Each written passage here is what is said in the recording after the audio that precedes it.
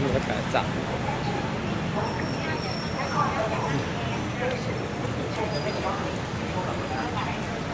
ตกหนักเลย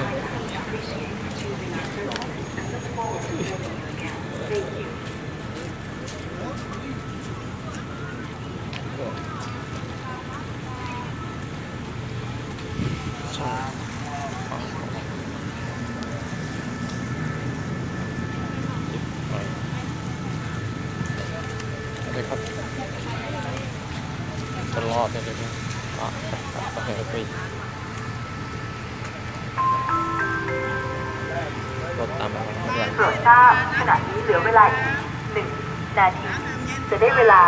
ขบวนรถด่วนเลขที่ 83 ต้นทางจากสถานีกรุงเทพอภิวัตรปลายทางสถานีตรังซึ่งจอดเทียบอยู่ในชานชาลาที่ 1 จะออกจากสถานีท่านผู้โดยสารที่มีความประสงค์จะเดินทางโปรดขึ้นขบวนรถให้เรียบร้อยด้วยขอบคุณค่ะ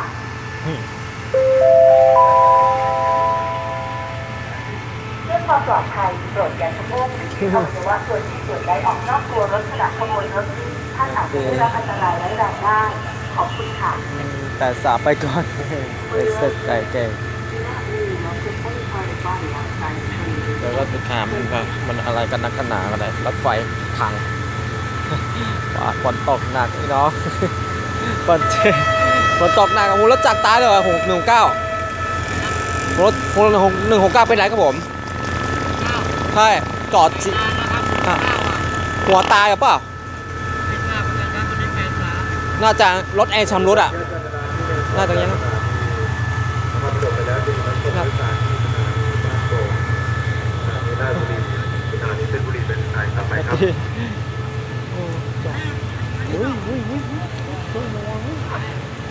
จะทุ่งลึ่งโอ้โหอย่างนี้ก็โอ้โหอยากจริงๆอยากนั่งแขนสาบแล้วดู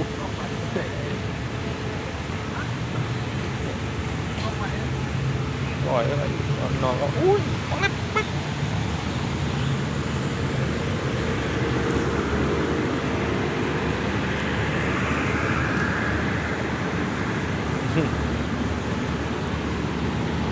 โอ้จับโอ้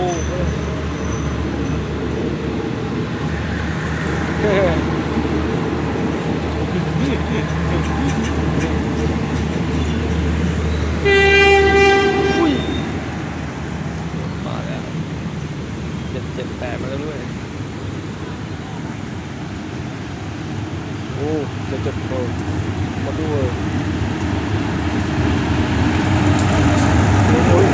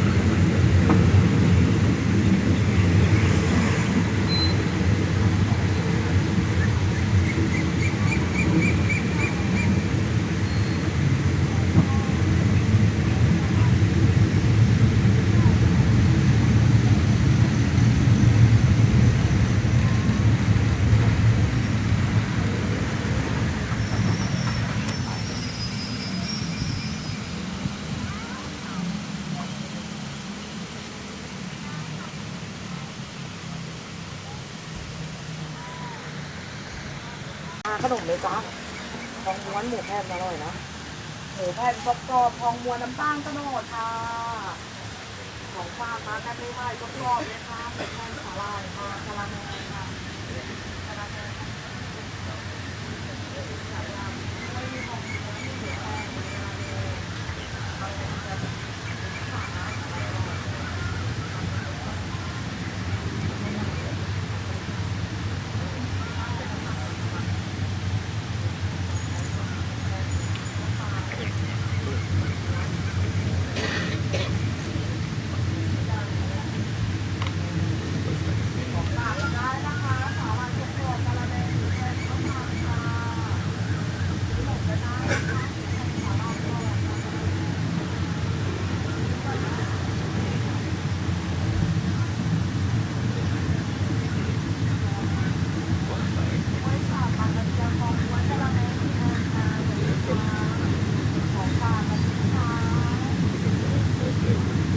สาหร่ายกรอบๆกะละแมหมูแผ่นไหมคะทองม้วนไหมคะ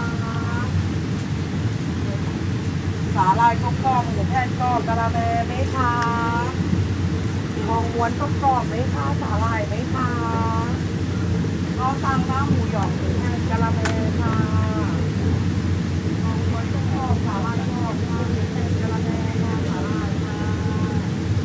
ข้าวตังหมูหยองหมูแผ่นค่ะ